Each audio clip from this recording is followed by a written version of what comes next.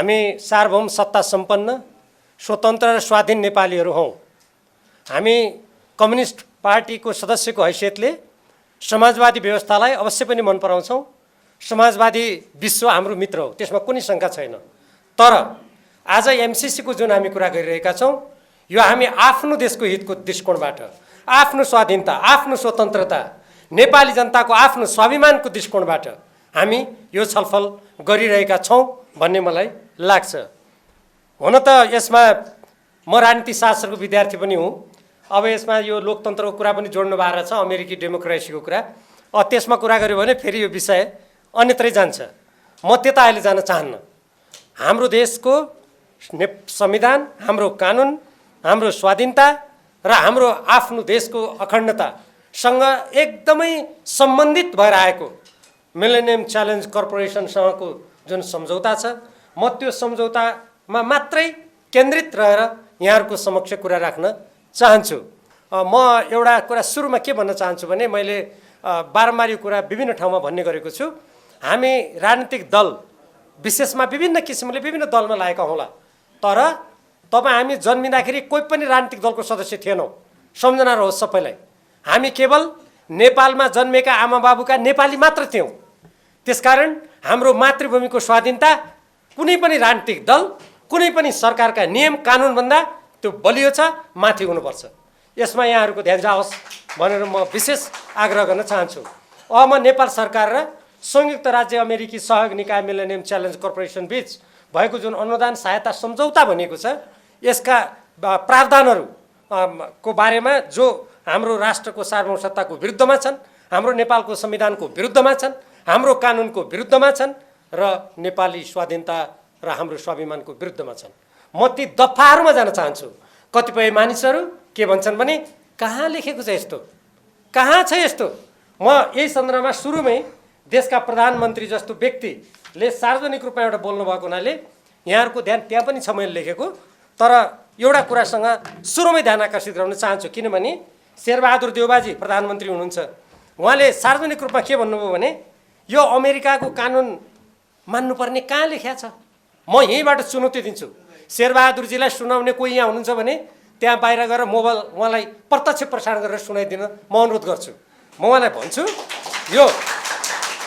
यो सम्झौता यो मैले लेख्या सम्झौता होइन, यो निलो रङमा छ। यो प्रतिनिधि सभामा प्रस्तुत गरिएको सम्झौताको मूल प्रति हो।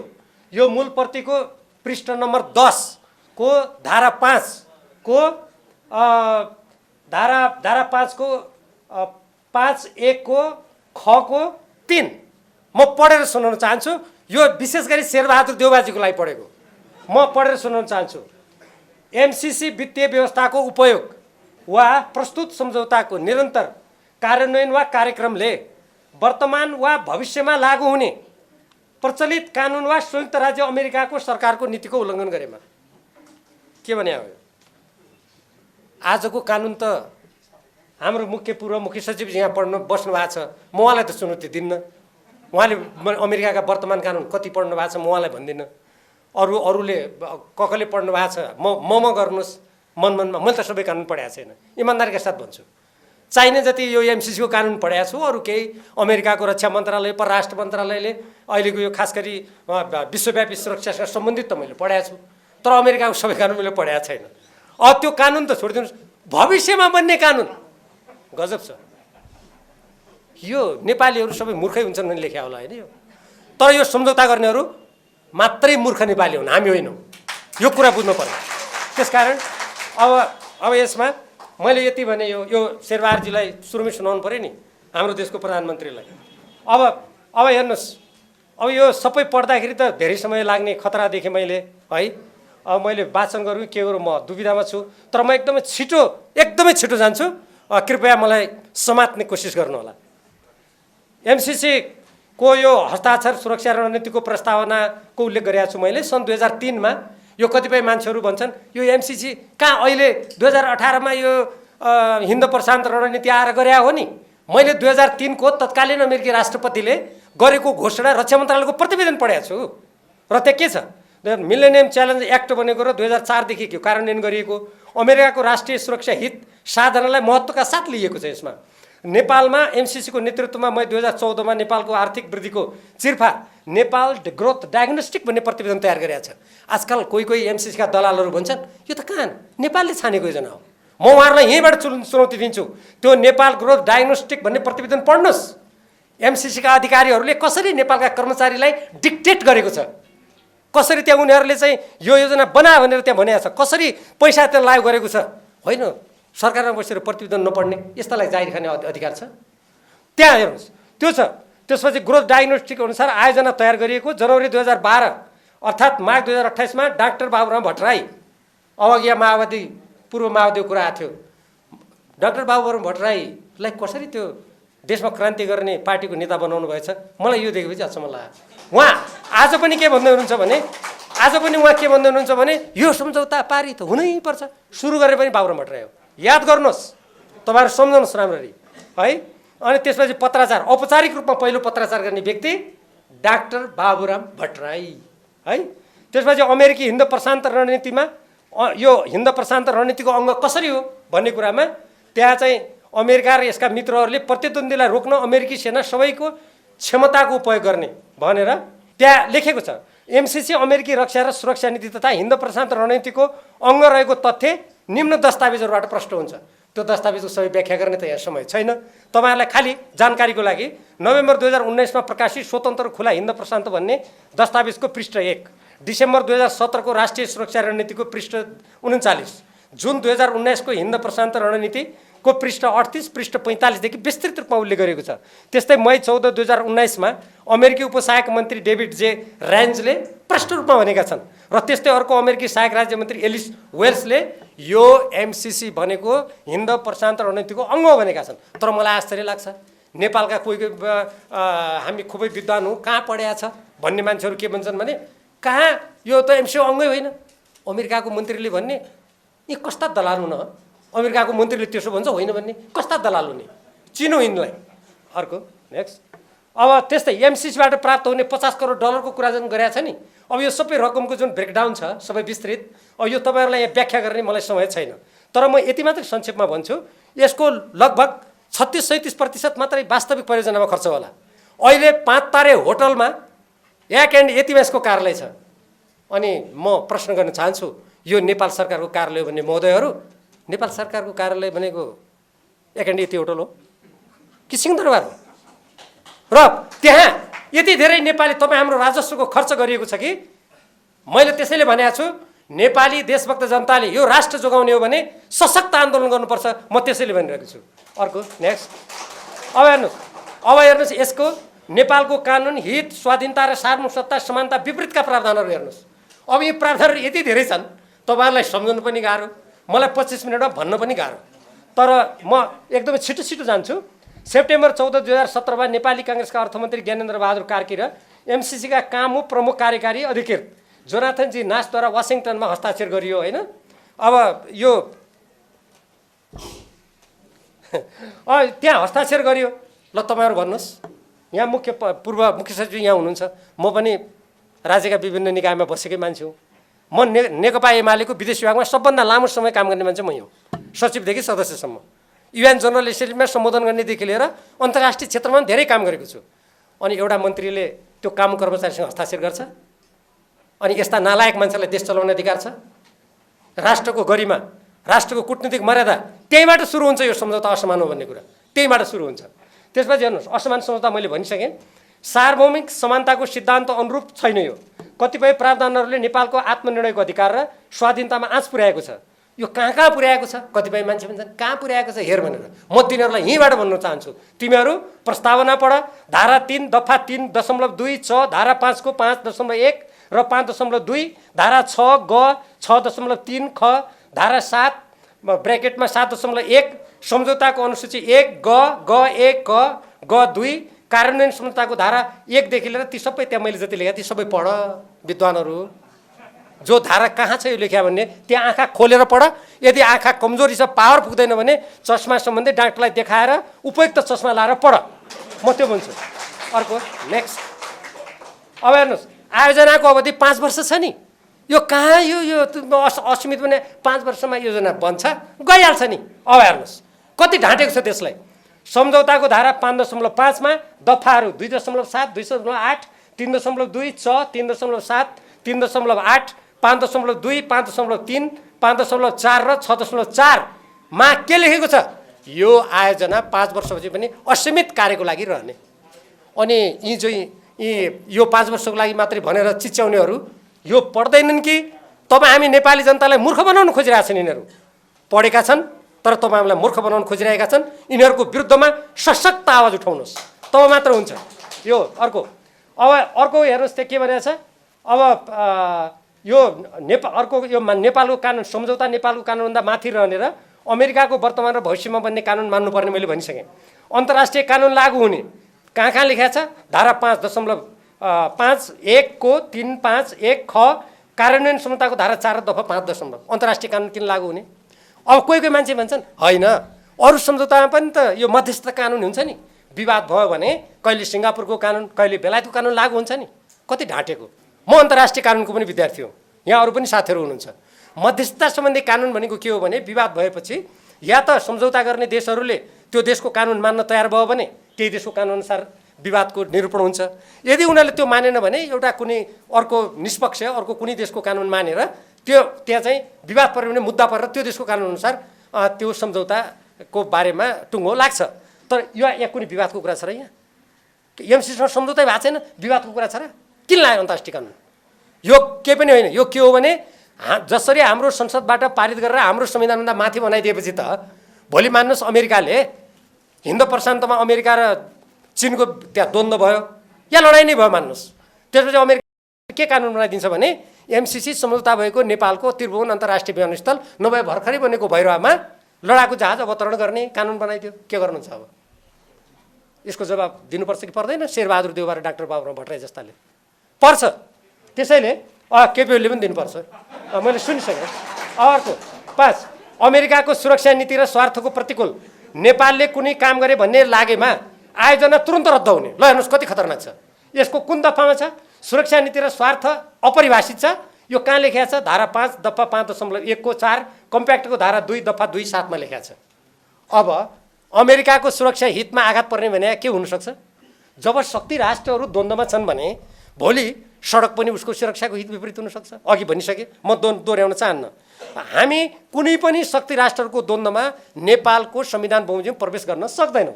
किनभने नेपालको संविधानले हामीलाई के भन्छ भने हामीलाई संयुक्त राष्ट्रसङ्घको बडापत्र, पञ्चशीलका सिद्धान्त र असंलग्नताका मान्यताका आधारमा परराष्ट्र नीति चलाऊ भन्ने हुन्छ।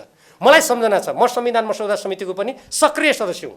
त्यहाँ हामीले यति ठुलो सङ्घर्ष गऱ्यौँ र त्यहाँ के लेख्यौँ हामीले लेख्न सफल भयौँ भने सबै असमान सन्धि सम्झौताहरूको पुनरावलोकन हुनेछ र अब उपरान्त सबै सम्झौताहरू समानताको आधारमा नेपालको राष्ट्रिय हित अनुकूल हुनेछन्।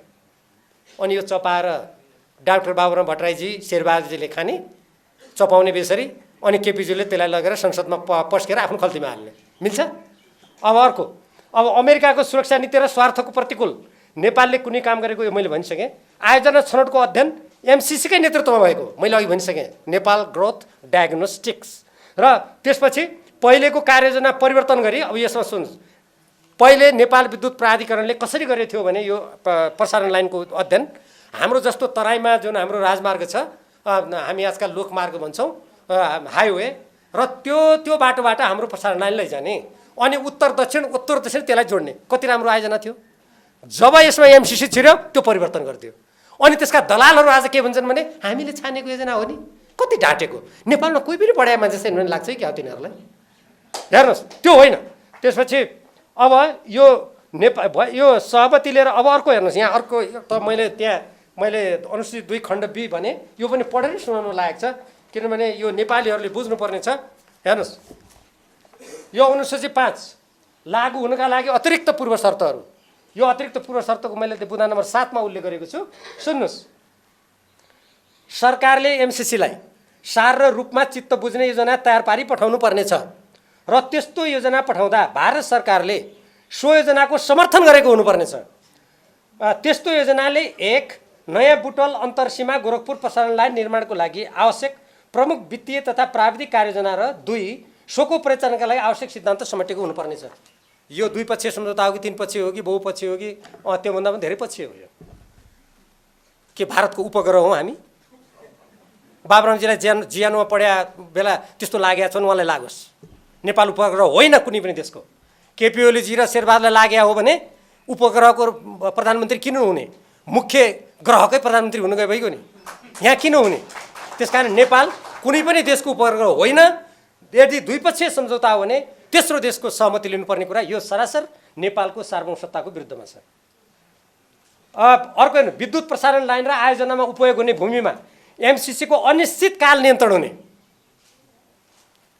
तपाईँहरू सबैलाई घोच्यो अलिअलि? सुन्नुहोस्, नेपाल सरकारको नियन्त्रण स्वामित्व नरहने। यसका दलालहरू के भन्छन् भने कहाँ नियन्त्रण लेख्या छ? पढ्नुहोस्, कम्प्याक्टको धारा 1 को 1.2 बी आई 1.2 दफा 1.2 बीमा लेख्या छ। पढ्नुहोस् राम्ररी। अनि नेपालमा प्रसारण लाइन बनाउने र त्यसले चर्चेको जमिनमा असीमित रूपमा कुनै कम्पनीको कब्जा हुने भनेपछि नेपाल उपनिवेशकरणको बाटोमा गएन? म तपाईँलाई सोध्छु यहीँबाट प्रश्न, तपाईँहरू स्वाधीन र स्वतन्त्र नेपालका नागरिक भएर बाँच्न चाहनुहुन्छ कि उपनिवेशीकरण भएको नेपालको नागरिक भएर बाँच्न चाहनुहुन्छ? ल भन्नुहोस् त, कोही बोल्नै भएन। यदि स्वाधीन भएर स्वतन्त्र नेपालको नागरिक बन्न चाहनुहुन्छ भने यसको विरुद्ध लड्नु बाहेक नेपालीको अगाडि विकल्पै छैन। कि त संसदमा यो बन्द हुनु पर्यो, यो ल्याउनु भएन। नेपाल सरकारले असीमित अधिकार एमसिसी नेपाललाई दिने, असीमित अधिकार। कुनै पनि सार्वभौम राज्यले कुनै पनि एउटा कम्पनीलाई आफ्नो अधिकार दिँदैन, दिनु मिल्दैन। उसले चाहिँ आफ्नो नीति नियम कानुन बमोजिम सीमित अधिकारको प्रयोग गर्न मात्रै दिन्छ राज्यले, आफ्नै देशको संस्थालाई पनि दिँदैन। तपाईँलाई थाहा होला, विद्युत प्राधिकरणले कुनै काम गर्नु पर्यो भने त्यसलाई कानुन कसले बनाएर दिन्छ? राज्यले बनाएर दिन्छ होइन, संसदले बनाउँछ। र त्यसले एउटा आफ्नो भित्री विनियम चाहिँ त्यसले बनाउन सक्छ, तर त्यसले नियमावली बनाउनु पर्यो भने क्याबिनेटमा पठाउनुपर्छ, हो कि होइन? अनि आफ्नै देशको संस्थालाई असीमित अधिकार नदिने अब एमसिसीलाई नेपाल सरकारले असीमित अधिकार दिन्छ, अनि नेपालको स्वाधीनता जोगिन्छ? सोच्नुहोस्, सरकारले कुनै नीति निर्देशन दिने र अनुगमन समेत गर्न नपाउने, नेपालको कानुनमा त्यस्तो गर्न पाउने व्यवस्था छैन। एमसिसी अमेरिकाको नियन्त्रण र निर्देशनमा चल्ने, एमसिसीले नेपाल सरकारलाई समेत सुझाव सल्लाह दिएर त्यसलाई नेपालले मान्नै पर्ने। हाम्रा सुझाव मान्नु नपर्ने। म त प्रतिनिधि सभाको सदस्य पनि हुँ होइन, जितेरै आएको नि। मेरो सुझाव मान्ने, राजीनामा मेरो दिएको छैन, तपाईँले गलत। तपाईँ यति पुरानो सूचना दिएर यहाँ बस्ने मान्छेले एमसिसीको विरुद्ध के लड्नु होला? यो नेपालको कानुनमा त्यस्तो गर्न पाउने व्यवस्था छैन र यो एमसिसी अमेरिकाको नियन्त्रण र निर्देशनमा चल्ने, सुझाव मान्नै पर्ने उसले दिएको। र यो कहाँ लेखिया छ भन्ने कुरा त्यहाँ बुँदा लेखिसकेँ, त्यहाँ लेखिया छ, म नपढौँ होला, समय धेरै लाग्छ। तपाईँ हेर्नुहोस्, त्यहाँ बुँदा मैले धेरै लेखेको छु, त्यहाँ धारा धारा मैले अकाट्य रूपमा लेखेको छु। मैले शेरबहादुर देउवाजी, केपी ओलीजी र जो जीहरू राज्य चलाउने छन्, पुष्पकमल दाहालजी, माधव नेपालजी, जो जीहरू हुनुहुन्छ, यदि उहाँहरू बहस गर्न चाहनुहुन्छ भने टुनी खेलमा जाउँ, योभन्दा धेरै क्यामेरा राखौँ, म यो सम्झौताका धारा राख्छु, उहाँहरू त्यसको जवाब दिनुहोस्, म बहस गर्छु। अर्को अब हेर्नुहोस्, आयोजनाको सञ्चालन, नियन्त्रण, व्यवस्थापन तथा सुपरिवेक्षण सम्बन्धी अधिकार एमसिसीमा रहने र उसले नीति निर्देशन एमसिसीले एमसिए नेपाल मार्फत दिने। त्यो कति बुँदामा छ त्यहाँ लेखिसकेँ, म त्यो दोहोऱ्याउन्न। त्यहाँ त थुप्रो छ, जस्तो परिशिष्ट 1C2 कार्यान्वयन सम्झौताको धारा 1.2 A amended and initial engagement technical assistant grant agreement त्यहाँ छ, हेर्नुहोस्। अब त्यस्तै एमसिसी जुनसुकै बेला पनि सम्झौता गर्न रद्द गर्न सक्ने एमसिसीले, तर नेपालले गर्नु पर्यो भने धेरै दायित्व वहन गर्नुपर्ने, धेरै दायित्व वहन गर्नुपर्ने। नेपालले 30 दिनको सूचना दिएर सम्झौता गर्न सक्ने, तर धेरै दायित्व बोक्नुपर्ने। कार्यान्वयन सम्झौताको धारा 4 दफा 5.7 मा छ, यो दफा पनि के छ? असमान छ। र नेपालले 13 करोड डलर आयोजनाका लागि अनुदानको रूपमा दिनुपर्ने। चाखलाग्दो लाग्यो नि तपाईँहरूलाई? यसका दलालहरू भन्छन् अमेरिकाको त कहाँ र अनुदान हो नि, अनि अमेरिकी राजदूतले एउटा टेलिभिजनमा भन्नुहुन्छ कहाँ अनुदान हो र लगानी हो। अब अमेरिकी राजदूत भन्दा ती दलालहरू कस्ता अमेरिका है? अचम्म लाग्छ मलाई। अमेरिकी राजदूत त्यस्तो भन्ने, अनि त्यसको पक्षमा बोल्ने या चर्को स्वरमा बोल्ने भने कहाँ र अनुदान हो, अमेरिकी राजदूत हुन्छ कहाँ हो र लगानी हो। अब अमेरिकी राजदूत हुन् कि अमेरिकाका ती भन्नेहरू हुन्? प्रश्न। अनि त्यसपछि 13 करोड अनुदानको रूपमा दिनुपर्ने, अनि नेपालले अनुदानको रूपमा एमसिसीलाई किन दिनुपर्ने 13 करोड किन? अनि बौद्धिक सम्पत्तिमा एमसिसीको असीमित र एकलौटी अधिकार हुने, असीमित र एकलौटी, त्यसमा अरू थुप्रै विश्लेषणहरू जोडिएको छ होइन? सम्झौताको यो कहाँ छ भन्ने कुरा सम्झौताको धारा 3 दफा 3.2.3 कार्यान्वयन सम्झौताको धारा 2 दफा 2.12 अनुसूची 4A। हेर्नुहोस् यस्तो छ। अब त्यसपछि आयोजनामा रद्द भएमा नेपालले रकम फिर्ता पाउने प्रावधान छैन। फेरि 13 करोड डलर नेपालले अनुदान दिनुपर्ने। कथम कता चाहिँ काम गर्दा गर्दै अरू देशमा तपाईँहरूले यो कतिको तपाईँहरू हेर्नुहुन्छ, आन्दोलनमा लागेका साथीहरूले पक्कै पनि हेर्नु होला भने विश्वास हो। हेर्नु भएको छैन भने पनि कहिलेकाहीँ सेयर गर्नु। हेर्नुहोस् मैले भर्खर यो डाउनलोड गरेर ल्याएको, यसमा 6 पृष्ठ छन्। यो 6 पृष्ठमा अहिले कुन कुन देशमा एमसिसीको स्थिति कस्तो छ भन्ने कुरा यहाँ लेखेको छ। तपाईँहरू इन्टरनेटमा गएर एमसिसीको अहिलेको वर्तमान स्थिति के छ, कहाँ कुन कुन देशमा भन्यो भने तपाईँहरू यो डाउनलोड गरेर प्रिन्ट गर्न सक्नुहुन्छ। म यो त्यहाँ सम्बन्धी मैले यो किन तपाईँहरूलाई पढेर 2-4 कुरा सुनाउन चाहेको, म ऱ्यान्डमली सुनाउँछु बिचबिचको छानेर, सबै देशको नाउँ भन्दैन। कस्ता देश छन् यसमा सुन्नुहोस्, Albania, Burkina Faso, L Salvador, म बिचबिचको पढेर सुनाउँछु है, सबै पढेर सुनाउनु। होन्डुरस, मेडागास्कर, मालवी, मलावी, नेपाल भइगयो, फिलिपिन्समा अमेरिकी सैनिक अखाडा छ। त्यसपछि साओ टोमे एन्ड प्रिन्सिपे, श्रीलङ्का हो, श्रीलङ्काले त्यसलाई डिस्कन्टिन्यू गरिदिइसक्यो, अस्वीकार गरिसक्यो, रद्द भइसक्यो। त्यसपछि टोगो, उक्रेन, भानुआटु, नेपाल पनि भानुआटु भएछ अब होइन, त्यो तहमा गयो। सबै द्वन्द्व वा ठुला देशहरूको नियन्त्रणमा कुनै न कुनै प्रभाव भएका देशहरू मात्रै छ। यो मैले एमसिसीको आधिकारिक वेबसाइटबाट भर्खरै तपाईँहरूको यहाँ आउने भएर आज बिहान मैले कम्प्युटरबाट निकालेको यो त्यस सम्बन्धी अलिकति थाहा कस्तो देशलाई लागेका छन् भन्ने कुरा। हाम्रा नेताहरू जो यसलाई पारित गराउन लागेका छन् उनीहरू नेपाललाई कहाँ खसाल्न खोज्दैछन्। पृथ्वीनारायण शाहले एकीकरण गरेरदेखि नेपाल कहिले पनि कुनै पनि देशको अधीनमा गएको छैन। यद्यपि हामीले विभिन्न किल्लाहरूमा अङ्ग्रेजसँग हार्यौँ, केही भूमि गुमायौँ, तर आफ्नो स्वाधीनता गुमाएका छैनौँ। याद गरौँ, कयौँ देशहरू जसले स्वाधीनता गुमाएका छन्, जो उपनिवेश भएका छन्, जसको प्राकृतिक साधन स्रोत ठुला साम्राज्यवादी देशहरूले एकलौटी लुटेका छन्, ती देशहरूमध्ये यो सूचीमा भएका देशहरू धेरै छन् होइन। यो छ। अब त्यसपछि आयोजनाको अनि अर्को के छ, एमसिए खातामा यो ब्याज आउँछ नि, यसबाट रकम, त्यो ब्याज कहाँ जम्मा हुन्छ, एमसीको खातामा, अनुदानमा त्यस्तो हुन्छ। आयोजनाको प्रतीक चिन्ह एमसिसीको हुने। हाम्रो तपाईँले देख्नुभयो होला सबै आयोजनामा नेपाल सरकारको लोगो हुन्छ नि। कुनै सडक बनायो भने नेपाल सरकारको मन्त्रालय हुन्छ, लोगो राखेको हुन्छ। यदि अरू देशले सहयोग गरे भने कहिलेकाहीँ हात मिलाएर दुई देशको झन्डा राखेको हुन्छ होइन। तर यो आयोजनामा नेपाल सरकारको लोगो हुँदैन, एमसिसीको मात्र लोगो हुन्छ। अनि नेपालको परियोजना हो यो। प्रतीक चिन्ह, यसले आयोजना नेपालको नभए एमसिसीको भएको भन्ने अर्थ लाग्छ। यो कार्यान्वयन सम्झौताको धारा त्यतिमा छ। आयोजनामा नेपाल सरकारका कुनै निकायलाई संलग्न गराउनु परे एमसिसीको स्वीकृति लिनुपर्ने। कस्तो देश हो यो? हाम्रो देशमा आयोजना आउने अनि आयोजनामा कर्मचारी खटाउनु पर्यो भने एमसिसीको स्वीकृति लिनुपर्ने। आयोजनाको सञ्चालनमा रहने नागरिक समाज, गैर सरकारी संस्थाका प्रतिनिधिहरूको छनौट नेपाल सरकारले गर्न नपाउने। एमसिसीले तोकेको प्रक्रियाबाट हुने। यो पनि मैले दफा त्यहाँ लेखेको छु। सम्झौतामा कुनै संशोधन गर्नुपर्ने भए नेपालको संसद तथा कुनै पनि प्रशासनिक प्रक्रियामा लैजानु नपर्ने। एकदम खतरनाक। संशोधन त जहिले गर्दै पनि भयो। सम्झौता अनुमोदन गर्न संसदमा लाने, पछि त्यसको संशोधन गर्नु पर्यो भने कहीँ लानु नपर्ने। एमसिए नेपालले एमसिसीको स्वीकृतिमा बैठक नै नगरी सो कार्यान्वयन गर्न सक्ने। एमसिए नेपालको बैठकै नगरेर गर्न सक्ने। एमसिसीले चाहेको जुनसुकै कुरा सम्झौतामा सहजै रहन सक्ने र त्यसबारे नेपाल सरकार र जनताले जानकारी पाउन नसक्ने। सम्झौताका कति धारामा छ मैले त्यहाँ लेखेको छु। सम्झौता अनुमोदनका लागि प्रतिनिधि सभामा विचाराधीन रहेको अवस्थामा सम्झौताको एउटा प्रावधानमा रहेको ऊर्जा मन्त्रालयको नाम समेत हटाउने गरी संशोधन गर्न अर्थ मन्त्रालय र एमसिसीको बीच पत्राचार भई अर्थमन्त्रीले प्रतिनिधि सभाको विशेषाधिकारको हनन गरेको समेत घटना घटिसक्यो। युवराज खतिवडाजीले अर्थमन्त्री रहँदा त्यसको एउटा धारा प्रावधान संसदमा अनुमोदनको लागि सम्झौता पेश भएको छ। उहाँले सम्झौता गरेर अमेरिकालाई पत्र पठाएर संशोधन गरिदिनु भयो। कस्तो लाग्यो तपाईँहरूलाई?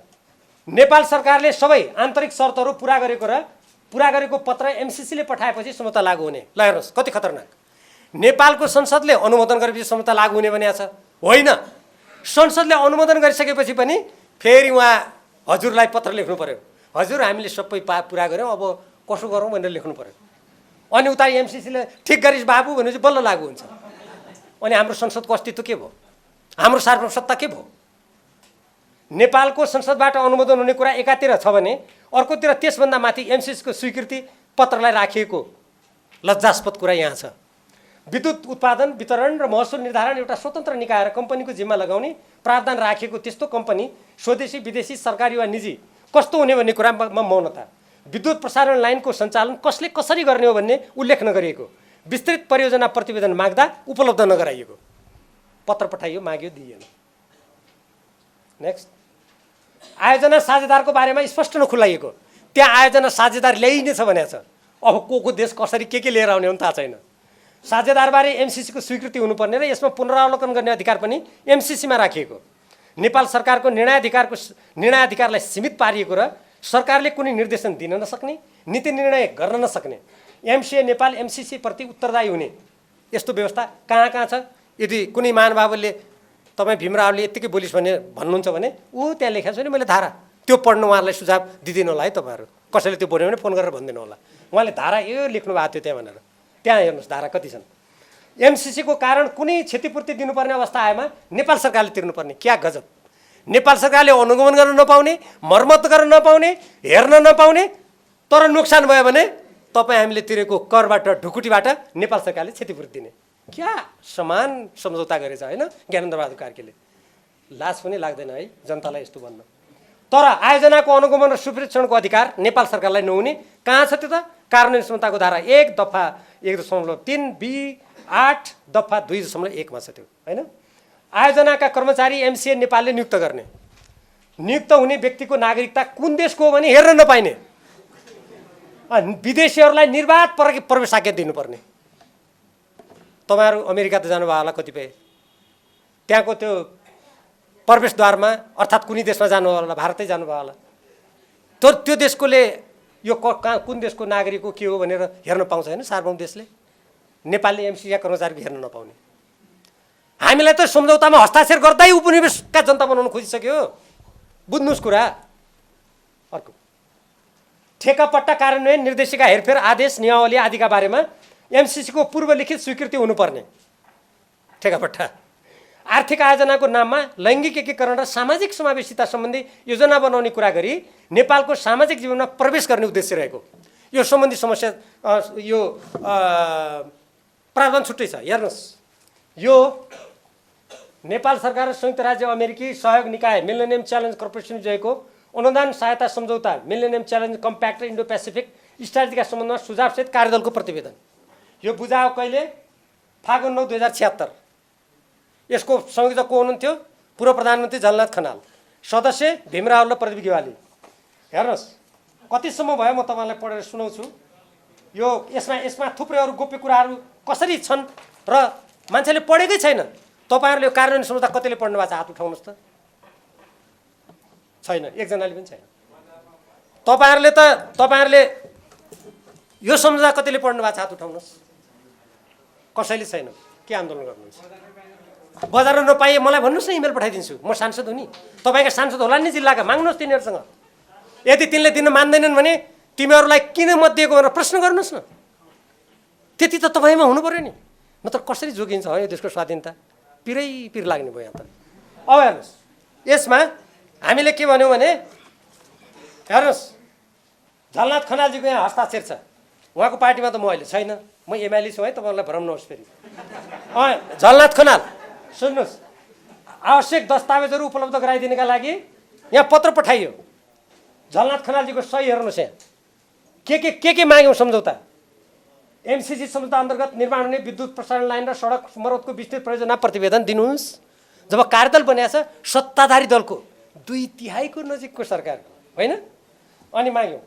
त्यसपछि environmental and social management plan, social and gender integration plan, procurement agent agreement, project cooperation agreement, Nepal र अमेरिका जोएको स्टेट पार्टनरसिप कार्यक्रम सम्झौता।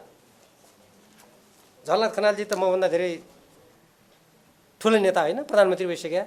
उहाँले हस्ताक्षर गरेर हामीले माग्दाखेरि म जसको सदस्य थिएँ, नेपाल कम्युनिस्ट पार्टी नेकपाको थाई कमिटीको सदस्य, पूर्व प्रधानमन्त्री झलनाथ खनाल, सचिवालयको सदस्यलाई ती दस्तावेज दिएन। आजसम्म हाम्रो हातमा छैनन्। थाहा पाउनुहोस्, यदि त्यहाँ कुनै गडबडी छैन भने किन नदिएको? यो प्रश्न मलाई लाग्छ सञ्चार माध्यमबाट सोझै गइरह होला जनतामा। आर्थिक आयोजनाको नाममा लैङ्गिकीकरण मैले जुन भने त्यो मैले यहाँ जोडेँ त्यसलाई। एमसिए नेपालको बोर्ड नेपाल सरकारबाट स्वतन्त्र हुने, यहाँ कर्मचारी कसैले यो अमेरिकाको अलिकति यो जसरी पनि लिनुपर्छ भन्ने केही तर्क दिनेहरूले के भन्छन् भने होइन, एमसिए नेपालको कार्यालय छ नि, हाम्रा अर्थ सचिव त्यसका प्रमुख हुनुहुन्छ। अर्थ सचिवलाई त उहाँ एकाडेमी यति पुर्याइसक्यो होटलमा, के का अर्थ सचिव? त्यो बोर्ड नेपाल सरकारबाट स्वतन्त्र हुने, त्यसको निर्णय न्यायालय बाहेक कुनै सरकारी निकायले पुनरावलोकन गर्न नसक्ने, बोर्डले नियम तथा निर्देशिका दस्तावेजहरू एमसिसीको स्वीकृति लिएर संशोधन गर्न सक्ने, नेपाल सरकारको यसमा भूमिका नरहने। अनि त्यो बोर्ड नेपाल सरकारको अन्तर्गत भयो त?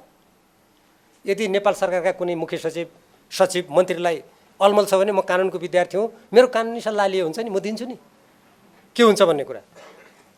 अर्को, आयोजनाको लागि आवश्यक सामग्रीको प्राप्ति अमेरिकी सङ्घीय कानुन बमोजिम एमसिसीले गर्ने। होइन, अमेरिका हो कि नेपाल हो यो? कि नेपालका मान्छे धेरै अमेरिका जान चाहन्छन् भने नेपाललाई नै अमेरिका बनाइदिउँ भने ठाने हो कि? अनुदानको व्यवस्थापन, नियन्त्रण तथा निकास सम्बन्धी सम्पूर्ण अधिकार समेत एमसिसीमा निहित हुने। कार्यान्वयन सम्झौताको बुँदा दफा यति। एमसिसीका बहालवाला र भूतपूर्व कर्मचारीहरू सम्झौताका गर्नुपर्ने तर नगरिएका कार्यबाट सिर्जना हुने क्षतिबाट पूर्ण रूपमा उन्मुक्त रहने। कूटनीतिमा के हुन्छ भने कूटनीतिक उन्मुक्ति भनेको त्यो जो कूटनीतिक प्रावधान बमोजिम नेपाल आएका कर्मचारी हुन् उनीहरूलाई त्यो कूटनीतिक उन्मुक्ति मात्रै हुन्छ।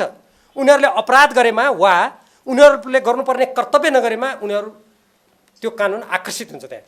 तर एमसिसीका कर्मचारीहरूलाई कूटनीतिक उन्मुक्ति मात्र होइन, नेपालमा कुनै आपराधिक घटना घटायो भने पनि उनीहरूलाई उन्मुक्ति छ र त्यसमा उनीहरूलाई कसैले छुन सक्दैन। र उनीहरूले कूटनीतिक मान्यता अनुरूप उन्मुक्ति हुन सक्ने भए पनि सम्झौता अनुरूप गर्नुपर्ने काम नगरी नेपाललाई क्षति पुग्ने कार्य गर्दा समेत नेपालको कानुनले नछुने। यहाँ आएर नेपाललाई क्षति हुने उनीहरूले काम गर्यो भने पनि तपाईँ हामीले एमसिसी जिन्दाबाद, एमसिसीका कर्मचारी महान हुन् भन्नुपर्ने। एमसिसीसँग सम्झौता गर्ने पहिलो देश माडागास्कर तथा दक्षिण एसियाका श्रीलङ्का र मलेसियाको अनुभव नकारात्मक रहेको, श्रीलङ्काले सम्झौतालाई रद्द गरिसकेको। नेक्स्ट, सम्झौता र कार्ययोजनाका कतिपय प्रावधानहरू संयुक्त राष्ट्रसङ्घको बडापत्र, पञ्चशील र असंलग्नताका सिद्धान्तमा आधारित नेपालको स्वतन्त्र परराष्ट्र नीति, नेपालको संविधानमा उल्लेखित समाजवाद उन्मुख शासन व्यवस्था तथा राष्ट्रिय हित, स्वाधीनता र स्वाभिमानको प्रतिकूल रहेका, आयोजनाको छनौटमा एमसिसीलाई चित्त बुझ्ने गरी तथा भारतको सहमति लिएको हुनुपर्ने प्रावधानले नेपालको स्वर निर्णयको अधिकार र स्वाधीनतामा असर पर्ने, यस्तो प्रावधानले भविष्यमा अन्य देशसँग विकास सहायता लिने कार्यमा समेत नराम्रो नजिर स्थापित हुने। तपाईँहरूलाई एउटा कुराको म तपाईँलाई जानकारी त होला तर उभिराखेपछि भनिहालौँ यो कुरा पनि। भारतले 1950 को सन्धिलाई संयुक्त राष्ट्रमा लगेर उसले दर्ता गरिसकेको छ। तपाईँहरूलाई कतिलाई थाहा छ यो कुरा? अब भारत के कुरा हेरिरहेछ भने यो एमसिसी सम्झौता प्रतिनिधि सभामा पारित हुने बित्तिकै 1950 सन्धिका सम्पूर्ण प्रावधानहरूलाई सक्रिय पार्नको लागि भारत अगाडि बढ्छ। त्यसको एउटा खतरनाक प्रावधान के छ भन्दाखेरि नेपालमा भारतीयहरूले निर्वाध रूपमा जग्गा जमिन किन्न पाउने, जो पछि पञ्चायती व्यवस्था लागू भइसकेपछि जसलाई कानुन कार्यान्वयनबाट त्यसलाई व्यवहारमा त्यसलाई निष्क्रिय पारियो। पछि भारतीयहरूले यहाँ उद्योग खोल्नु पर्दा कुनै न कुनै नेपालीलाई खडा गरेर उसको नाममा खोल्नुपर्ने बाध्यता त्यसैले सिर्जना भएको हो। अब यदि यो सम्झौता प्रतिनिधि सभाबाट पारित भयो भने 1950 को सन्धि लगायत नेपालमा जति पनि विकास आयोजना आउँछन् र ती ठुला देशको प्रतिस्पर्धाको चङ्गुलमा परेर तिनीहरूको भुमरीमा नेपाल परेर प्रत्येकले अब के गर्नेछ भने यसै गरी कानुन पारित गराउने र आफ्नो रणनीतिक उद्देश्य नेपालबाट प्राप्त गर्ने। 1950 को सन्धि त्यसमा अग्रपङ्क्तिमा आउनेछ। त्यसपछि नेपालको दशा के हुन्छ? नेपाल जस्तो चीन र भारतको बीचमा अत्यन्त संवेदनशील भू राजनीतिमा रहेको देशमा यस्तो स्थिति आयो भने हामी नेपालीहरूको हालत के होला हामी सबैले सोचौँ। प्रतिवेदनको प्रकरण 4.4, 5.6, 8.9, 10.6, 11.6 र 12 मा उल्लेखित विषयमा त्यसैले माथिका जुन विषयहरू हुन् यसमा अत्यन्तै गम्भीर हामी भएनौँ भने नेपालीहरूले आफ्नै देशमा पराधीन हुनुपर्ने खतरा हाम्रो अगाडि छ। नेक्स्ट, कम्प्याक्ट अर्थात् मूल सम्झौतामा कतिपय प्रावधानसँग मेल नखाने वा अझ तिनलाई नेपालको अहितमा हुने गरी अर्थमन्त्री डाक्टर युवराज खतिवडाले एमसिसी कम्प्याक्ट अपरेसनका उपाध्यक्ष एन्थोनी टेलरसँग पदीय मर्यादा समेतको हेक्का नराखी सेप्टेम्बर 2019 मा कार्यान्वयन सम्झौता गर्नुभयो। जति बेला केपी ओली प्रधानमन्त्री हुनुहुन्थ्यो त्यो बेलामा युवराज खतिवडाले संसदबाट अनुमोदन नभएको सम्झौतालाई कार्यान्वयन गर्नुको लागि सम्झौता गर्नुभयो। त्यसकारण मैले के भनेको छु भने यसबारेमा संसदीय अनुगमन समिति गठन हुनुपर्छ, संसदले छानबिन गर्नुपर्छ र यो सम्झौता अनुमोदन नगर्दै कार्यान्वयन सम्झौता गर्ने, नुवाकोटमा जग्गा अधिग्रहण गर्ने, नेपालको अर्बौं राजस्व 5 तारे होटलमा कार्यालय खोलेर खर्च गर्नेहरूलाई नेपालको कानुनअनुसार कारबाही गर्नुपर्छ, जसमा युवराज खतिवडा पनि पर्नुपर्छ भनेको छु मैले। अब युवराज खतिवडा पर्दा उहाँलाई संरक्षण गर्ने जो हुन् ती पनि तानिएलान् कानुन निष्पक्ष छ भने, होइन? संसदमा मूल सम्झौता अनुमोदनका लागि पेश भइरहेको समयमा यसरी कार्यान्वयन सम्झौता गर्नु स्वयं गैरजिम्मेवार काम त हुँदै हो, अझ मूल सम्झौताको अनुसूची 1 को BH मा संशोधन गर्ने पत्राचार गरी संसदको विशेषाधिकारको हनन समेत गरिएको छ। अब संसदको विशेषाधिकार हनन गरिएकोमा अग्नि सापकोटाजीको पनि ध्यान आकर्षित गरौँ कि हेर्नुहोस् भनेर गरौँ, होइन त? ल गरौँ। 33 खर्च कटौतीको कुरा गर्ने सरकारले एमसिसीको कार्यालय मैले भनिसकेँ 5 तारिक होटलमा राखेर नदोहोर्याउँ। एमसिसीको सम्झौता अनुरूप विद्युत नियमन आयोग नियमावलीको नियम 39 मा हेर्नुहोस् कसरी मसिनो ढङ्गले अघि हाम्रो डाक्टर परसाईले त्यहाँ अलिकति पुँजीवादको व्याख्या गर्नुभएको थियो, त्योसँग यो सम्बन्धित छ। हेर्नुहोस् के लेखेको छ त्यहाँ, के भन्छ? एमसिसीको सम्झौता अनुरूप विद्युत नियम आयोग नियमावलीको नियम 39 मा त्यो नियम विद्युत नियम आयोग नेपाल सरकारले बनाउँछ। त्यो आयोगको सदस्यले खुला समाज, खुला राजनीति, उदार अर्थनीति बमोजिमको सोच र व्यवहार आत्मसात गरेको हुनुपर्ने उसको योग्यता कस्तो लाग्यो तपाईँहरूलाई? नेपालको संविधानमा लेखेको छ समाजवाद उन्मुख व्यवस्थामा जाने, अनि यो सम्झौतामा लेखेर कानुन बनाउँछ यो सरकारले उदारवादमा। यही हो राष्ट्रपतिको गद्दारी भनेको, यही हो। यसको कुनै यस्तो गद्दारीको आँखा, सिङ, कान, पुच्छर परबाट हुँदैन, यस्तै कुरा हुन्छ, ठ्याक्क चिन्नुपर्छ। त्यसैले अब यसमा उदारवाद र नव उदारवाद यसमा वकालत गर्नेहरूलाई मात्रै यो एमसिसीको योजना दिने भनेको छ। अब मिल्यो त नेपालको संविधानसँग? नेपालको संविधान भन्छ समाजवाद उन्मुखमा जाने, कुनै कसैको गठबन्धनमा नजाने। अनि एमसिसी सम्झौतामा यो एमसिए एक्ट जुन छ, उसको एमसिसी सम्बन्धी ऐन जुन छ, उसले भन्छ उदारवाद र नव उदारवादी सिद्धान्त मान्ने देशलाई मात्रै दिने। मिल्यो त? नेपालको संविधानले समाजवाद जाने भन्छ, उसले एमसिसी सम्झौताले भन्छ नव उदारवादमा जाऊ। नव उदारवाद त अमेरिकामै असफल भइसक्यो, नेपालको कुरा के गर्ने? नेक्स्ट अर्को। अब हेर्नुहोस्, अब पत्राचारबाट सम्झौता संशोधन हुने कुप्रचार, यति त मैले भने यो सम्झौताको बारेमा। अलिकति राजनीतिक पछिल्लो राजनीतिक गठबन्धन सरकार आएपछि शेरबहादुर देउबाजीले हल्ला गर्नुभयो, होइन एमसिसीलाई पत्र पठाउने, प्रश्नहरू पठाउने, प्रश्नहरू पठाएर त्यसको जवाब प्राप्त गर्ने। क्या राम्रो जवाब आयो, आहा आनन्द आयो भन्नु। यो नेपालमा यति लामो कानुनी एउटा पृष्ठभूमि भएको देश छ। यो सभ्यताको दृष्टिकोणले नेपाल विश्वकै अति प्राचीन सभ्यता मध्येको देश हो। नेपालको झन्डा तेस्रो पुरानो झन्डा हो विश्वमा, तेस्रो पुरानो झन्डा, याद गरौँ। अब एमसिसीसँगको सम्झौताका सम्बन्धमा उठेका विषयहरूमध्ये केही विषयमा नेपाल सरकारको तर्फबाट पत्रचार गरिएको छ, अनि उताबाट गजब जवाब आएको छ भने यो नेपाली जनतालाई मूर्ख सम्झने महामूर्खीय विचार हो। कसरी हो भने यो सम्झौता, म कानुनको पनि विद्यार्थी हुँ, हाम्रो यहाँ वास्तुलाजी पनि कानुनकै विद्यार्थी होइन, तपाईँ होइन? हेर्नुहोस्, कुनै पनि उहाँ यहाँ हुनुहुन्छ नि, म एकराजी हुनुहुन्छ, त एकराजी भन्नुपर्ने धर्मजी भन्यो मैले। उहाँलाई पहिलेदेखि चिन्छु नि म एकराजीलाई कानुनमा, उहाँ संविधान बनाउनेलाई पनि बहस हुन्थ्यो उहाँसँग मेरो। अब हेर्नु यो सम्झौता जुन छ नि, यो सम्झौता कुनै पनि सम्झौता औपचारिक रूपमा दुई देशका प्रतिनिधि बसेर यो संशोधन गर्ने भनेर बैठक पुस्तिकामा सहमति गरेर अनि त्यसलाई औपचारिक रूप नदिएर पत्रबाट कुनै पनि सम्झौता संशोधन हुँदैन है, बुझिराख्नुहोस्। यो शेरबहादुरजीलाई थाहा छैन क्या हो कि उहाँका सल्लाहकारले गलत सम्झौता उहाँलाई राय दियो। उहाँ गएर डलद्वारा मेरो दर अछाम, मैसँग सल्लाहले पनि हुने नि, नजिकै त छु होइन? अब म कानुनी सल्लाहकारले पनि हुने, अधिवक्तै हुने, म पनि लाइसेन्स छ मसँग, केही छैन। अब हेर्नुहोस्, अब अर्को खतरनाक कुरा, नेपालका प्रधानमन्त्री शेरबहादुर देउबा र नेकपा माओवादी केन्द्रका अध्यक्ष पुष्पकमल दाहाल प्रचण्डले संयुक्त रूपमा एमसिसीलाई पत्र पठाउनु भएको मैले सार्वजनिक सुने। पुष्पकमल दाहाल प्रचण्डजीले हो भन्नुभयो, शेरबहादुरका नजिकका मान्छेले पनि हो भन्नुभयो। शेरबहादुरजीले त प्रधानमन्त्रीको हैसियतले पठाउनु भयो, पुष्पकमल दाहाजीले के हैसियतले पठाउनु भयो कूटनीतिमा? यो संयुक्त पत्र पठाइएको छ भने यो विदेशीको अगाडि घचक्कै घुँडा टेक्ने लज्जास्पद काम हो। र यो चिठी यत्रो विवाद भइसकेपछि म यहीँबाट पनि माग गर्न चाहन्छु, प्रधानमन्त्री शेरबहादुर देउबाजी, नेकपा माओवादी केन्द्रका पुष्पकमल दाहाल प्रचण्डजी, तपाईँहरू दुईजनाले अमेरिकालाई के पत्र लेख्नु भएको छ, नेपाली जनतालाई तुरुन्तै त्यो पत्र सार्वजनिक गरेर जानकारी दिनुहोस्। दिनुहुन्न भने तपाईँहरू जनविरोधी व्यक्ति हो। म त्यहीँबाट पत्र लुकाउनु पाइन्छ? यत्रो बहस भएको सम्झौताको बारेमा पत्र गोप्य राख्नु पाइन्छ? यदि उहाँले पत्र ठिकै लेख्नु भएको छ भने किन सार्वजनिक नगरे? किन नगरेको? किन नदिएको? मलाई त दिनुहोस्। म संसदको सदस्य र अन्तर्राष्ट्रिय सम्बन्ध समितिको पनि सदस्य हुँ। जनताले चुनेरै पठाएको, तपाईँ पनि चुनेर पठाएको, म पनि चुनेर पठाएँ। अब अर्को, कुनै पनि सार्वभौम र स्वतन्त्र देशका प्रधानमन्त्री र नेताले आफ्नो देशको हितको कुरा गर्छ, आफ्नो जनताको कुरा गर्छ, उसले आफ्नो सार्वभौम सत्ताको कुरा गर्छ बपरे। तर मैले नेपालमा मैले दुःखका साथ भन्नुपर्छ, हाम्रो देशका केही नेताहरू र कतिपय व्यक्तिहरू आफ्नो देशका जनताप्रति उत्तरदायी हुनुको सट्टा विदेशीहरूलाई कसरी खुसी पार्ने त्यतातिर लागेको देख्दा मेरो त मन रुन्छ। हेर्नुहोस्, साह्रै दुःख लाग्छ। बरु देशको लागि विकास गर्न सकिएन,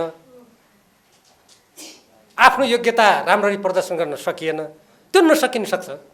मान्छेको ज्ञानको सीमा हुन्छ कसैको पनि, कोही मान्छे असीमित रूपमा ज्ञानी हुँदैन, त्यो भयो। तर आफ्नो देशको हितको कुरा पहिले गर्नु पर्यो नि। एउटा अनुदानको बारेमा, त्यो अनुदान लिने कि नलिने भने यत्रो बहस कुनै पनि देशले गर्दैन। हेर्नुहोस्, म त लज्जाले मेरो त शिर निहुरिन्छ। एउटा देशको 50 करोडको कुरामा कोही कोही मान्छे भन्छन् विकास विरोधी हो भीमराव, यो कुरा गर्ने विकास विरोधी। मलाई आश्चर्य लाग्छ। एउटै एनसिएल कम्पनीले 74 अर्ब रुपियाँ कर नतिरेर अहिले वासिङटनमा मुद्दा छ। तपाईँलाई कतिको थाहा छ? महालेखा परीक्षकको प्रतिवेदन पढ्नुहोस्। अहिले स्थानीय निकायमा ब्रह्म लुट मचेको छ, ब्रह्म लुट। एउटा सामान्य एउटा चाहिँ गाविसको अध्यक्षले लाखका कुरा गर्दैन, अहिले सम्पत्ति जोड्ने करोडका कुरा गर्छ। महालेखा प्रतिवेदन पढ्नुहोस्। मैले त्यत्तिकै भने होइन, हाम्रो देशको आफ्नो साधन स्रोतको हिफाजत नगर्ने अनि 50 करोड कसैको डलरमा आफ्नो देशको स्वाधीनता स्वतन्त्रतालाई दाउमा राख्न मिल्छ?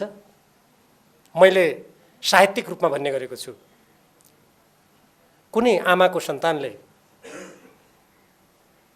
म सुनको सिंहासनमा बस्छु, त्यो सुनको सिंहासनमा बसेर मेरी आमाको चिरहरण म हेर्छु भन्न सक्छ? 50 करोड डलरमा नेपालको स्वाधीनता खत्तम पार्ने कुरा आफ्नो आमाको चिरहरण गरे जस्तै हो। यो बुझ्नु। अर्को, अब मैले यो नेताको कुरा गरिहालेँ।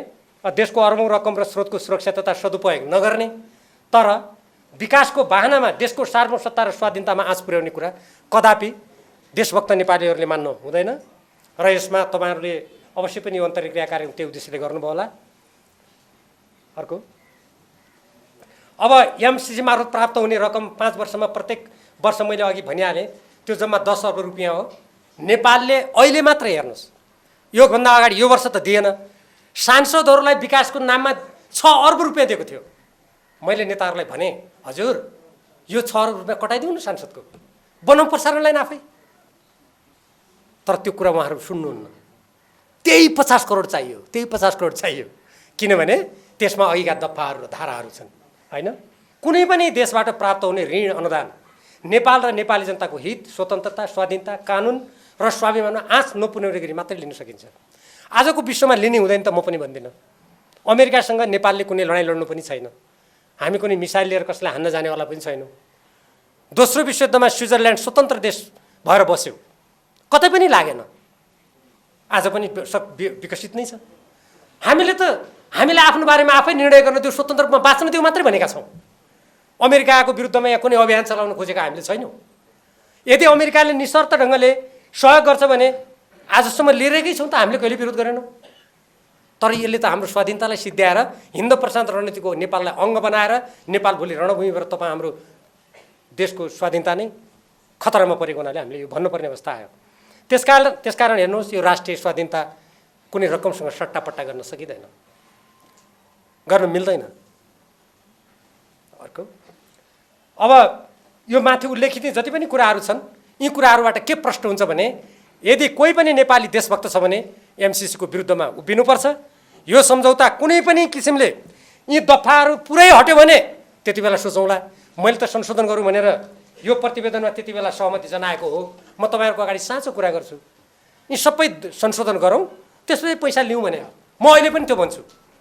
तर अमेरिकी अधिकारीहरूले त भने नेपालका हाम्रै देशका हौँ भन्नेहरूले भन्छन् यसमा संशोधन हुनै सक्दैन, यसलाई अनुमोदन गर्नुपर्छ। उहाँहरू त्यसो भन्नुहुन्छ। त्यसकारण नेपालमा विदेशी कम्पनीको इसारामा समानान्तर सरकारको स्थिति उत्पन्न हुन्छ। यसबाट हेर्नुहोस्, समानान्तर सरकार अहिलेका दफाहरूबाट भयो होला नि, समानान्तर सरकारको स्थिति उत्पन्न हुनका साथै नेपाल क्रमशः पराधीनतातर्फ धकेलिनेछ। नेपाल शक्ति राष्ट्रहरूको द्वन्द्व र सङ्घर्षको थलोमा परिणत हुनेछ। त्यो हामी प्रत्येक नेपालीको हित विरुद्धमा हुनेछ। त्यसैले हामीले यो एमसिसी सम्झौता यही रूपमा हुनु हुँदैन भन्ने कुरा हामीले उठाउनै पर्छ, सशक्त रूपमा हामीले बोल्नुपर्छ। अब 2020मा विश्वव्यापी एमसिसी सम्झौताको स्थिति के छ त भन्ने सम्बन्धमा मैले सरसर्ती हेरेका थिएँ। एमसिसीसँग सम्झौता कार्यक्रम बन्द भएका देश 49 छन्। अहिले सम्झौता कार्यान्वयन बन्द हुने प्रक्रियामा रहेका देश 4 छन्। सम्झौताको प्रगति नै नभएका देश 13 छन्। प्रगति भएका अलिकति त्यो प्रक्रियामा गएका देश, सम्झौतामा हस्ताक्षर भएका देश 2 छन्। अनि सम्झौता त्यो निरन्तर नभएका देश 2 छन्। सम्झौता रद्द भएको देश 1 हाम्रो श्रीलङ्का पनि छ। र सम्झौता भएका यो देश सेनेगल र मङ्गोलिया जो सुरुमा त्यो उनीहरूको त्यो योजना यस्तै विरोध भएर परिवर्तन भएर त्यहाँ गरिएको ठाउँ पनि छ। सहभागी मित्रहरू, यहाँहरूले अब पक्कै पनि मिलेनियम च्यालेन्ज कर्पोरेसनका केही यसका अन्तर्वस्तुहरूको बारेमा अलि केही कुराहरू बुझ्ने अवसर प्राप्त गर्नुभयो होला। थप बुझ्नु त भएकै छ, थप बुझ्ने अवसर प्राप्त गर्नु होला भन्ने मैले आशा र विश्वास गरेको छु। आजको यस कार्यक्रममा मलाई यहाँ आमन्त्रण गरेर हाम्रो देशको स्वाधीनता, स्वतन्त्रता, नेपाली जनताको स्वाभिमानको रक्षाको खातिर हामीले यो एमसिसी सम्झौतालाई अनुमोदन गरिन हुन्न भन्ने जुन देशव्यापी आवाज छ, यो आवाजको सम्बन्धमा केही कुराहरू राख्ने अवसर दिनुभएकोमा म हार्दिक धन्यवाद दिन चाहन्छु।